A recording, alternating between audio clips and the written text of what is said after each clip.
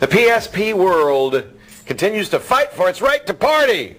For every critic saying there's too many limitations on the handheld gaming device, or as I say, there's not enough great games, there are those who believe the sky's the limit when it comes to PSP possibilities. In fact, it turns out to be one of the most hackable and exciting devices out there. Greg McKenzie is one of these guys who loves to hack his PSP.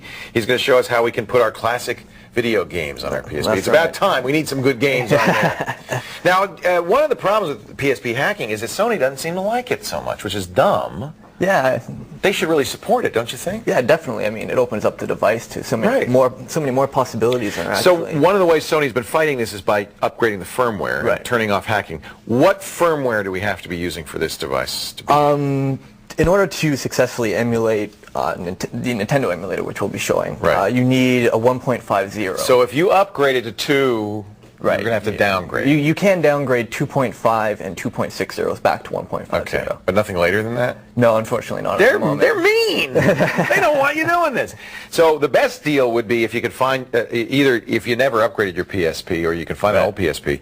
eBay's a good place to find them. eBay. Yeah. I suppose the ones that are selling in the stores now are probably yeah. Oh well. Way past 1.5. Well past the ability to hack these. So there is an emulator, huh? Yeah. I'm going to Oh my gosh. The king of hacking. All right.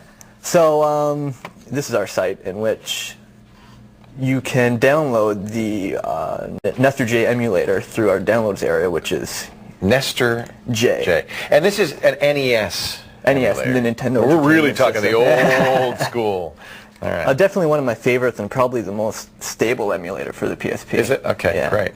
So to install it's incredibly... Who writes these, by the way? This is written by a fellow by the name of Ruka. He has to be pretty devoted because it's not like the development environment for the PSP supports what he's doing. No, exactly. He's a Japanese developer who's devoted a lot of time to this, definitely. So to install it, it's incredibly simple. It's simply dragging and dropping files to your memory stick. That's one nice thing about hacking. Now, how big a memory stick do you need? Because it comes with a 32 meg memory stick. 32 megs is sufficient for the emulation of it. It's such a small, I mean, really, the NES was not very sophisticated. It's a really just a small little program. It's not a hard system to emulate, that's for sure. Now, the next step, we've got the emulator running. Right.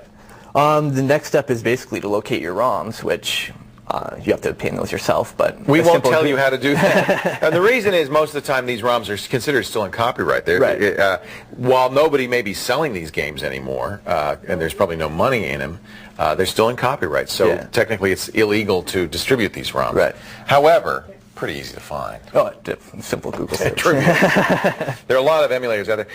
Now let me ask you this: so if an emulator is written for a PC or a Mac or PSP, it would use the same ROM, right? The ROM is the actually original. The ROM doesn't. They're the game cartridges. As far as the ROM's concerned, you're playing on a Nintendo. It doesn't know any better. Exactly. Wow.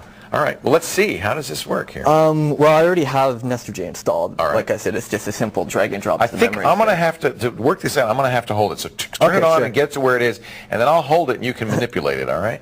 Because we have to get the camera shots here. Okay. Well, here's actually 1942 successfully emulated on the Nintendo. And I bet the Nintendo does pretty well because it's a good high resolution screen. Yeah, definitely. This was kind of like Zaxxon, or you're 1942. 1942. What? Go ahead and play. Can you play it upside down and backwards? I can. Hey, Ginger Rogers could dance upside down and backwards. You should be able to play upside. That's pretty cool. So it does use the full screen.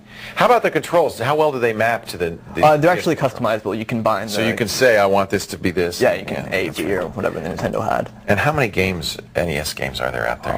Hundreds of them. Yeah. If not thousands, definitely. Yeah. Do you find that you end up? I'm going to play this a little bit. Do you find that you end up playing the old games more?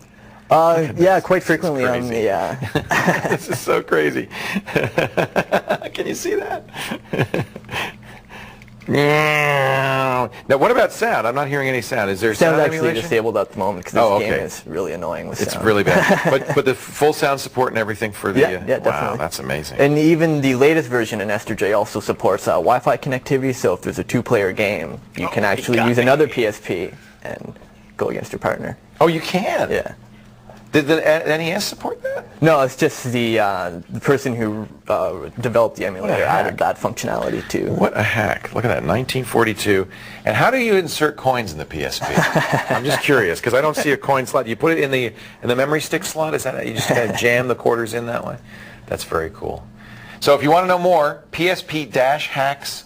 PSPhacks.com. We got some in-depth tutorials explaining everything you need to know. Do you explain how to downgrade your yeah, that's all on there. firmware as There's well? actually, under the PSP Hacks section, there's a ton of tutorials Do you do this full-time, or do you actually have a real job? I have a full-time job. You can't make a also. living hacking PSP. No. All right.